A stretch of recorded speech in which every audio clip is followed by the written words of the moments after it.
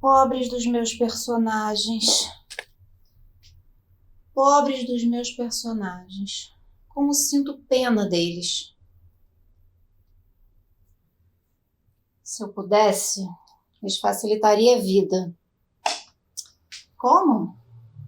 Lhes ofereceria um pouco de esperança, resignação ao menos.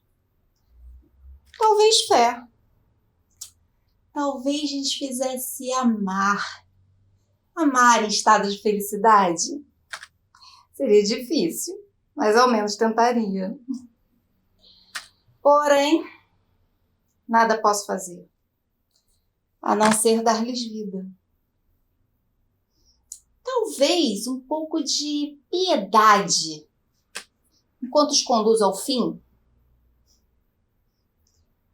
É com uma cruel resignação que os deixo assim, à margem, a sofrer todas as dores. Dores sentidas em marcas e expressões. E eu fico assim, inerte a observar.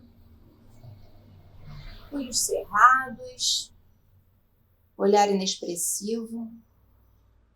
Não movo uma palha para mudar isso. Sequer lhes estendo os braços. Sim, me torturo em remorsos. Me sinto impotente, cansada, desesperançada. Porém, nada posso fazer. Se vivem, sofrem. Porque, meu amor, não há vida sem dor.